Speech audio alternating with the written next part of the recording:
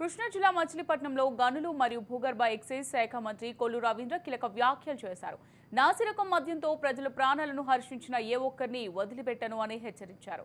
చట్ట పరిధిలో ప్రతి ఒక్కరికి శిక్ష పడేలా చూస్తామని సవాల్ చేశారు. ఎక్సైజ్ మినిస్టర్గా అదేవిధంగా గనుల శాఖ కూడా ఇచ్చి ఇవాళ రాష్ట్రంలో మరి అత్యంత కీలకమైనటువంటి ఈ రెండు విభాగాలు.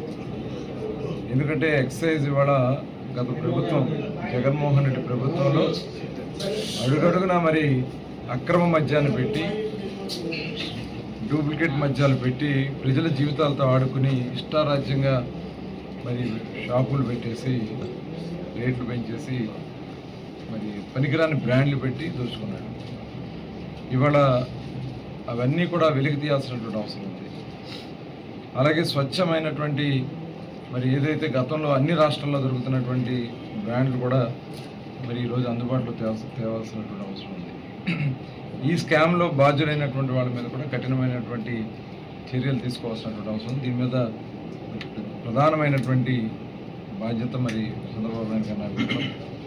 అలాగే వాళ్ళ రాష్ట్రంలో పూర్తిగా గంజాయి, ఎక్కడ ఏ వీధిలో చూసినా గంజాయి.